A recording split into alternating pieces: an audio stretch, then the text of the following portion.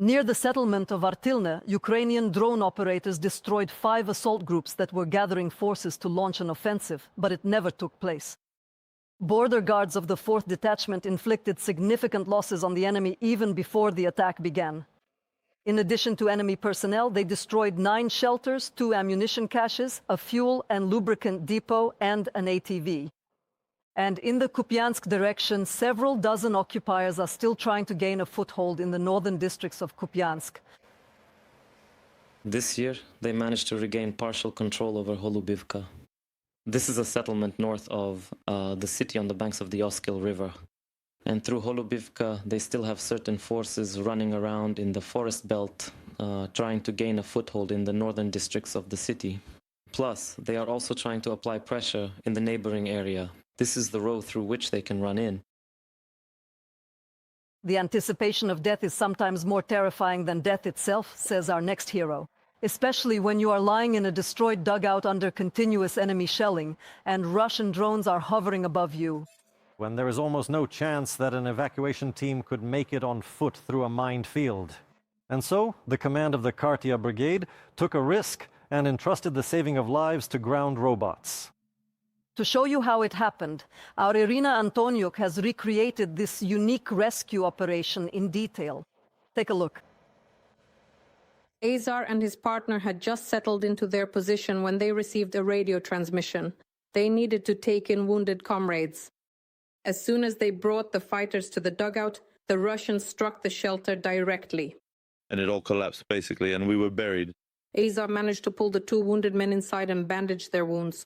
There was no way to get out, blocked in, and the invaders kept shelling the fighters non-stop for half a day. It was terrifying because we knew that we couldn't crawl out and that they wouldn't leave us alone. And well, as they say, the anticipation of death is worse than death itself. Like, we knew they would tear us apart. We just had to wait. It was just a matter of time. At the same time, the headquarters were waiting for the fighters to make contact. Right near the zero line, meaning they were constantly monitoring this position. They were tearing it apart with, well, every caliber they had, everything that flies, everything that shoots. Once possible, they sent a ground vehicle to their brothers in arms. When we arrived, at first there was no response from the guys because they had been slightly buried due to the massive shelling. A decision was made to return another logistics drone to the nearest position and use it specifically to transport the personnel who could, and did, manage to rescue these guys. The closest ones to the soldiers trapped in the dugout were Kipish and his partner. There was a premonition that when we heard all of this, what was happening, that we were the closest ones to them, well, that we would probably have to go. And so, as not to go through the mined field, we set off using a ground-based robotic complex.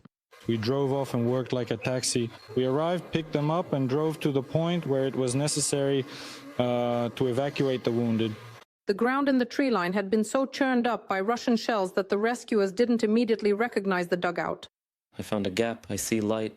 Well, I started yelling at the guys, asking why they weren't digging themselves out. I dropped my backpack. Yeah, dig. I'm pulling out bags. These sticks with my hands, well, I dug it out. I say, give me a shovel. And the shovel itself was lying just 1.5 meters away. I forgot in the heat of the moment, under stress. As soon as they dug out the wounded, they immediately evacuated them using a ground drone that was already waiting nearby. If there is a desire and a need to fit 3 people, especially if they are wounded, then they will fit in at a run. The heavier one was lying straight like this, and 2 others just sat on one side. Ground robotic systems on the front line are mostly used for delivering ammunition and provisions, and if necessary, for evacuation. They don't really have a suspension system to smooth out any surface irregularities, potholes and the like. There you go. Therefore, of course, when we transport the wounded, we put a mattress under them, so it's much easier for them to lie down, so they don't bounce as much on the bumps and it doesn't hurt as much. And accordingly, we drive more carefully over the bumps. Gurney carefully transported all 3 wounded men to the medics. And this was the first time such a special operation was carried out in the Cartia Brigade, where the UGV took on the entire logistics process. Things like this happen in war. In reality, you see, war forces you to execute and to make incredibly quick decisions under pressure, ones that might seem quite extraordinary or even harsh to some people looking in from the outside, right? It is a situation where you are constantly pushed to your absolute limits, but, well, there is no second option, no other option. You can help our warriors save even more lives by using the QR code on the screen. Right now, the Cartia Brigade is raising funds for a new ground-based robotic complex. The GRC. It's something else entirely, something on the cutting edge, whoever came up with this. It even has Starlink. I was constantly in touch. This is our reality now, right? The present day. That without the internet, without some kind of robotic equipment, you can't get anywhere. And after this special operation, the Cartia Brigade also installed microphones on their GRCs. We are already installing an application that allows us to talk through the microphone and receive voice messages in return. We can now theoretically communicate via the internet. From the Kharkiv region, Irina Antoniuk, Oleksiy Zhuchkov, We Are Ukraine, Marathon, United News. Meanwhile, in Russia, another logistics giant is down. Our drones have destroyed another Wildberries center. Flames engulfed almost the entire massive area of the distribution center, covering nearly 200,000 square meters. It is difficult to hide this, so the local governor has already confirmed the drone-related nature of the fire at the marketplace. Ufa, located 1,500 kilometers from the Ukrainian border, is under a massive attack. There, drones have hit an oil refinery for the third time in a week. It is burning. Explosions were also heard in Tatarstan. And after the Ukrainian strikes on enemy oil infrastructure, oil refining in Russia has collapsed to its lowest level in nearly 25 years. In July, Russian oil refineries processed an average of 3.6 million barrels of oil per day. This is approximately one-third less than the seasonal norm. Bloomberg analysts calculated that last month, Ukraine carried out at least 30 strikes on vulnerable Russian oil hubs. These are large oil refineries, tankers, and pipelines. Due to this damage, Moscow was forced to increase its crude oil exports. In fact, Russia is proving once again that its oil is not just a commodity, it is the lifeblood of its war machine. It is exactly what the Kremlin uses to fuel both its economy and its war. But Ukraine is tightening its grip on the aggressor's oil artery more and more. And this is precisely what is forcing Moscow to feverishly look for workarounds to somehow patch up the damaged infrastructure, to increase transportation via Arctic routes, and to invent new routes for selling oil abroad. And furthermore, our attacks on Russian oil refining immediately impact their production. In Russia, they are already starting to freeze wells. Because they have no choice there. The facilities knocked out by Ukrainian drones cannot handle the existing volume of raw materials. More on the de-oilification of Russia from Yevgeny Tereshchenko. The durability of Russia's energy system is very high, one of the highest in the world. This lie of Putin's looks especially ironic against the backdrop of black pillars of smoke and tongues of flame over the factories, terminals, and bases of this energy system. Taman, Krasnodar Krai. An oil refinery is burning convincingly. These are the kinds of views in the mornings. Yeah.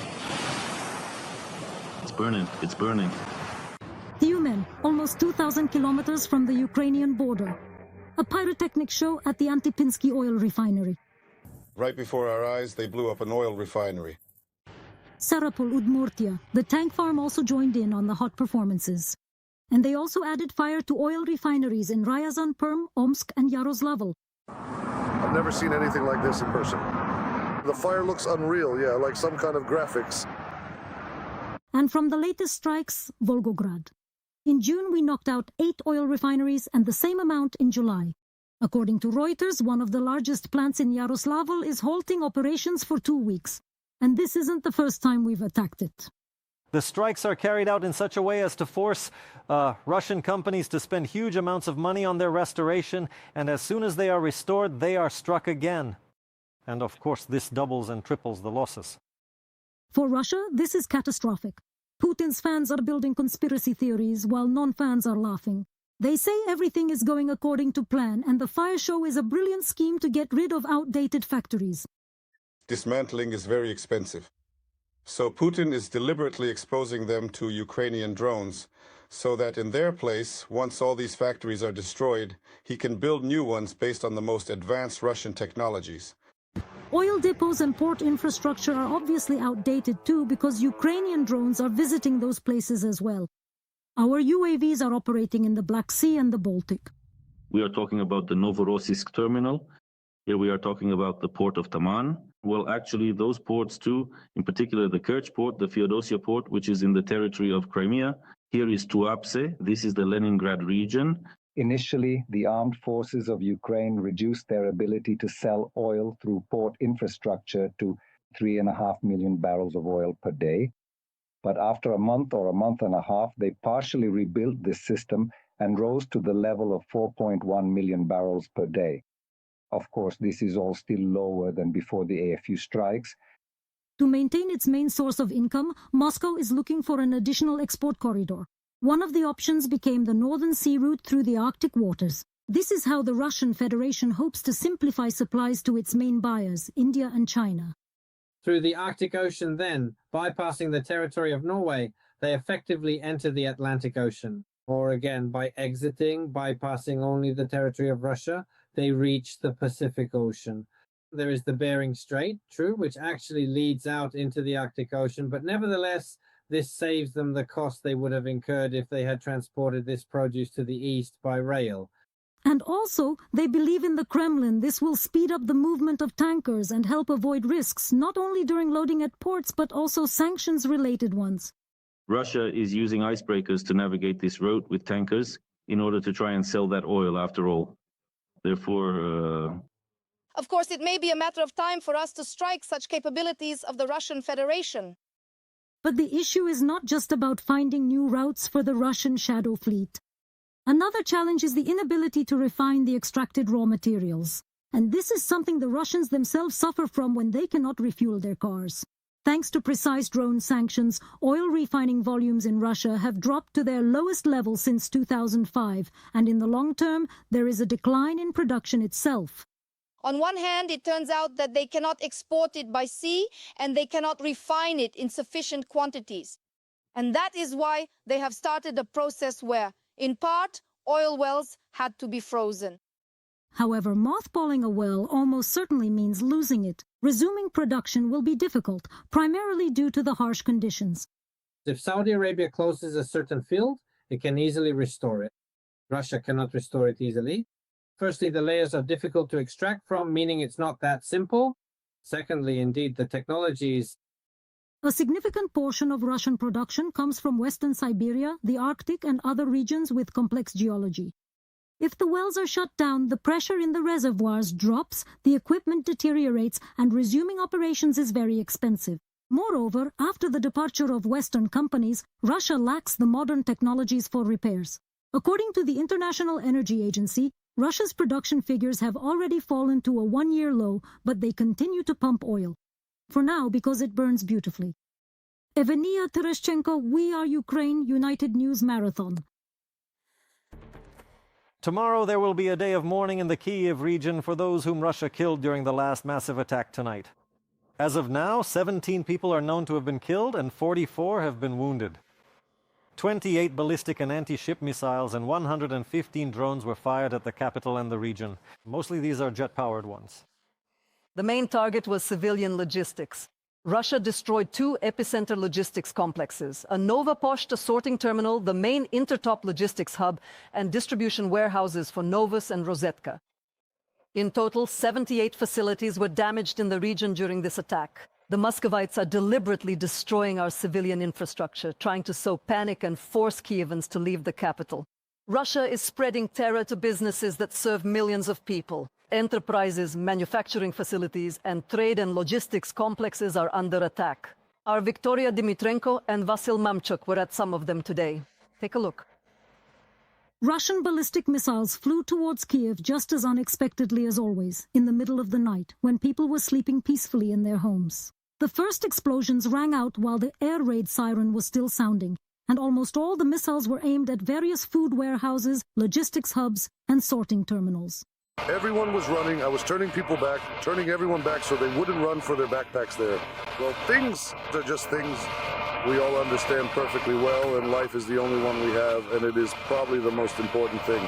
So we turned everyone back, went down to the shelter, and somewhere around 12:30 at night, there was some very loud, just a feeling like something was nearby or even in the warehouse. A warehouse in the village of Chaiki in the Kyiv suburbs came under attack. A truck driver from Moldova, Ivan Braga, was spending the night in his truck with his son because he was supposed to load up with goods in the morning. When the explosion happened and the truck started to burn, our truck and another truck next to us burned down. They started to burn and we got out of the truck. We didn't even have time to grab our documents, nothing, just a couple. One bag with clothes we managed to grab and that's it. And we ran away from the truck because the heat was intense. I wanted to try to get the documents, but they burned here on the bus. In the capital's Obolon district, the Russians hit a Nova Poshta terminal. 3 employees died there. In principle, the building itself, although extensively destroyed, is still subject to restoration, and some equipment even survived. Right now, as you can see, people are cleaning up, machinery is working, and they are boarding up doors and windows with plywood. It is not yet known how long it will take to clear the rubble, but we hope that in the near future, this branch will be moved somewhere else and people will still be able to continue working. On the left bank of Kyiv, the Russians almost completely burned down one of the largest warehouses of the epicenter construction chain. There are also dead and injured there. We managed to get onto the territory, and now I will show you what is happening here. Firefighters are working. There is water everywhere. We see hoses, glass, and mangled window panes. If we talk about Kyiv itself, then in Kyiv, this is the largest logistics center, but that's not all. A large logistics center and a ceramic tile factory in Kalinivka were also destroyed. Production has been temporarily suspended and partially relocated abroad. I managed to speak with representatives of Epicenter and, in fact, representatives of the press service before going on air. And they said that the company itself adheres to the position that money should still be kept in Ukraine. And that is why they are very hopeful and are doing everything possible to rebuild their business and continue working on these destroyed sites and areas. And no matter what the enemy does, Ukrainians continue to do their part. But the worst thing is that we lost our employee today. He was a very young guy. 3 more of our employees are in the hospital. Also, at our Kalinivka site, the parking lot for our employees was completely destroyed. More than 20 private cars were also destroyed. But the Brovary district of the region was hit the hardest. The Russians have been terrorizing the city itself for almost a week now. Over the last few days, they attacked local warehouse facilities with Shahed drones, and last night they struck with ballistic missiles. 8 people died near the attacked logistics centers at the Kvitneva railway station. Due to a delay of the electric train at night, passengers were left waiting for it on the platform. People also come from the Chernihiv region and from the Kyiv region as well. It's convenient transport connections. That's why there are usually a lot of people here at such times. Well, and at night as well, because people's shifts end, and they are commuting to or from work. All the people were civilians, and most of them were employees of logistics warehouses. That is, when there was an air raid alert, some people went to shelters, some tried to get home, and in fact, that is when the tragedy occurred. I'm just here right now, and I realize that there is simply nowhere to hide. Well, there's no chance. It's an open area here. The only thing that my cameraman Konstantin and I saw, maybe 200 meters from here, is a sort of crawl space leading down. I don't know how much they can protect against a ballistic strike, but at least from shrapnel, perhaps. And since we know the Russians, excuse the word, the Russians use cluster munitions. So the people who were on the platform simply had no chance. And not far from this bus stop was the largest and most modern distribution warehouse of the Rozetka marketplace. It was hit in such a way that the center is no longer subject to restoration. This gigantic complex, well, it was, as they say, it was the most modern, and currently it is now just completely destroyed. It cannot be restored. As we were told, though not on camera, but by the employees, to understand the scale, every day this warehouse processed over 100,000 orders from Ukrainians in total from all over Ukraine. Well, now it's just complete ruins here. This is already the 3rd attack in the last week. There were already strikes here on the 1st and 2nd of August, but today the warehouse was effectively completely destroyed. In total, during this attack, 78 objects were damaged in Kyiv and the region.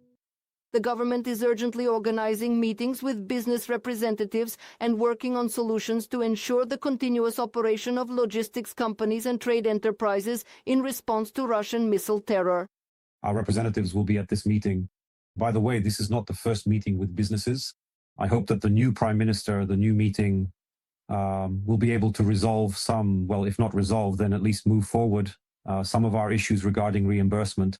There should be some kind of program of tax breaks, holidays, and something, or maybe a mix for affected companies so that the company could rebuild, find money to rebuild the losses. The protection of infrastructure under conditions of a critical shortage of anti-ballistic missiles was discussed today at the president's staff meeting. Volodymyr Zelensky emphasizes that partners have missiles for air defense. Kyiv is waiting for their political decisions. Victoria Dmitrenko, Vasil Mamchuk, Kostiantin Tsarinok, Roman Hrebelnik, We Are Ukraine, Marathon, United News. As we can see, in their terror, the Muscovites have decided on priority number one. Currently, Kyiv has effectively become a frontline city, where the alarm signal often sounds only after the enemy has struck with ballistics. This became possible because the Russians have moved their S-400s to the Bryansk and Kursk regions. It is precisely from there that Iskanders mostly fly towards the capital, while we are critically short of interceptor missiles for Patriot systems. And for us to start striking enemy launch sites with F-16 aircraft, we need permission from the White House. Western media have already started a campaign calling on Trump to do this. But what are they saying about this in Washington? And can Kyiv hope for such permission? Victoria Yerishko analyzed this. Ballistic strikes on Ukraine over the last month have reached record levels. Russia used over 120 ballistic missiles in July, attacking practically every 3 days. This is how Moscow cynically takes advantage of the fact that we have an acute shortage of ballistic interceptors. But besides shooting down ballistic missiles, there is another way to reduce the threat of these high-speed missiles, destroying Russia's launch systems. But here Ukraine cannot manage without the help of the USA. If we are talking about striking the launches with American weaponry, of course, we need permission. And of course, every such strike will need to be coordinated with the states, which is something we are actively discussing right now. If we are talking about striking the launchers with our unmanned aerial vehicles, then again, we need intelligence from the United States in real time. And most importantly, we need these UAVs themselves to actually have a satellite connection. However, there is a nuance. It is currently not possible to strike mobile launchers directly, because after launching missiles, they quickly change their position. The thing is, they drive away from their permanent base areas by about 50 kilometers, sometimes quite far. They don't use the same position twice. And they arrive, they need 20 minutes to get their bearings on the terrain, they fire, and in 20 to 25 minutes they leave. That is, even our strike drones won't reach them in that time. Therefore, another option is to strike the shelters where the launch complexes are stored. Such shelters are located at airfields in several regions of the Russian Federation, in particular in Bryansk and Kursk, and they are completely reachable targets. Everything can reach this airfield. Our middle strike FP2S with the appropriate warhead up to 200 kilograms will reach them, and American AGM-88 missiles from F-16 aircraft will also reach them.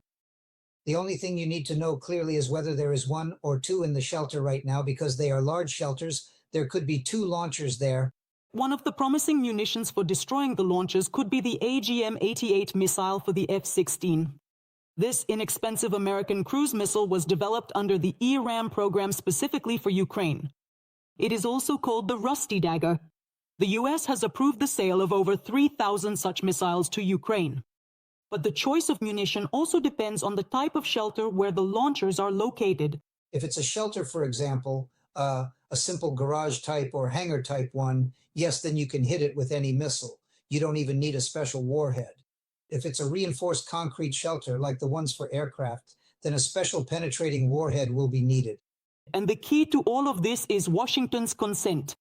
The most important thing is precisely the political component, the absence of fear on the part of the United States regarding possible escalation, because we have already heard repeatedly from certain Kremlin mouthpieces that strikes with American missiles would be considered as the states becoming a party to the conflict. We are hearing nuclear threats, by the way, and much more. At the same time, the US is already acknowledging that Ukrainian long-range strikes are changing the course of the war. In the coming weeks, Washington plans to try to resume negotiations between Ukraine and Russia. The reality is that over the last few months, the situation in this conflict has changed somewhat. Now, Ukraine is capable of launching long-range strikes deep into Russian territory, effectively bringing the war to Russian soil. We are prepared to examine whether this new situation has created opportunities for reaching any kind of negotiated settlement. For this purpose, U.S. Presidential Special Envoys Steve Witkoff and Jared Kushner may visit Ukraine. This will be their first visit, which is expected on Independence Day. And perhaps after the American guests see the Russian war with their own eyes, there will be more grounds in Washington for decisions in favor of Ukraine. Victoria Yarishko, We Are Ukraine, United News Marathon.